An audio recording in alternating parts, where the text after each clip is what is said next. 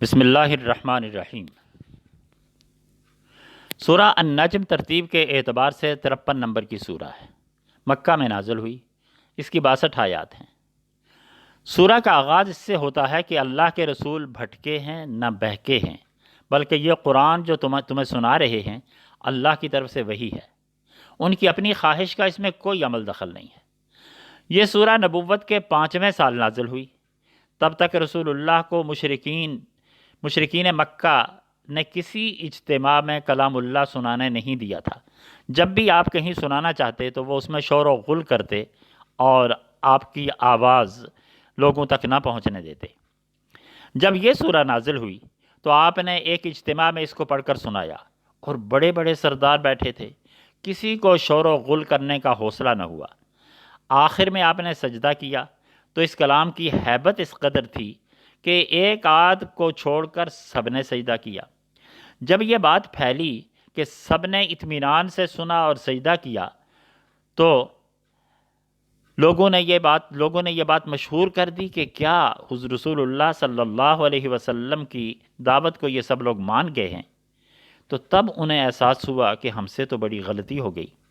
انہوں نے پھر ایک بات بنائی، یہ کہا کہ اس میں لات و عزیٰ کا ذکر کرتے ہوئے آپ نے یہ کہا تھا تلک الغرانیق العلا بإن شفاعتہن لترتجا۔ یہ جو آپ نے پڑھا تو اس سے ہمارے بتوں کی بھی تعریف ہوئی، اس لیے ہم نے سجدہ کیا۔ حالانکہ یہ ساری کہانی بعد کی بنائی ہوئی ہے کہ جب ان پر لوگوں نے لعن طعن کی تو انہوں نے ایک کہانی بنا لی اور اسے مشہور کر دیا، اور ہمارے ہاں بھی بہت سے سیرت نگاروں اور دوسرے مؤلفین نے اس کو اپنی کتابوں میں جگہ دے دی۔ اس سورہ میں پہلے یہ بتایا کہ رسول اللہ صلی اللہ علیہ وسلم کے پاس جس فرشتے کے ذریعے یہ وحی آتی ہے، آپ نے اسے ایک سے زائد مرتبہ دیکھا بھی ہے، اور آپ نے اسے دیکھنے میں کوئی غلطی نہیں کی۔ اس کے برعکس تم جس دین کی پیروی کرتے ہو اور جن من گھڑت خداؤں کو مانتے ہو، اس کی کوئی دلیل ہے نہ دستاویز۔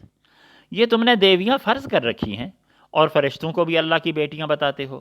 یہ سب کچھ تمہارا وہم و گمان ہے، اور عقائد کی بنیاد توہمات پر نہیں بلکہ علم پر ہوتی ہے، اور تمہارے پاس ایسا کوئی علم نہیں ہے۔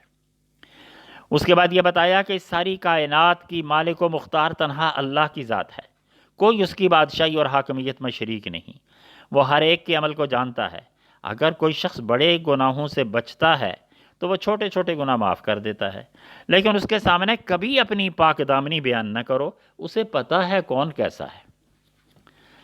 اس کے بعد دین حق کی اساسیات کی ایک فہرست تھی جو قرآن کے نزول سے 100 سال پہلے حضرت ابراہیم علیہ السلام اور حضرت موسیٰ علیہ السلام کے صحیفوں میں بھی اسی طرح تھی۔ اس سے یہ بتانا مقصود ہے کہ رسول اللہ صلی اللہ علیہ وسلم کوئی نیا اور اچھوتا پیغام لے کر نہیں آئے، بلکہ یہ قرآن انہی قدیم صحیفوں کے بیانات کو از سر نو بیان کر رہا ہے۔ سورت کا خاتمہ اس پر ہوا کہ فیصلے کی گھڑی قریب آ لگی ہے، جسے کوئی ٹالنے والا نہیں، اور جس طرح پہلے انبیاء نے خبردار کیا تھا اسی طرح رسول عربی بھی خبردار کر رہے ہیں، اور تمہارے بچنے کی ایک ہی راہ ہے کہ فَاسْجُدُوا لِلَّهِ وَاعْبُدُوا، اللہ کے سامنے سر تسلیم خم کرو اور صرف اسی کی عبادت کرو۔ وآخر دعوانا ان الحمد للہ رب العالمین۔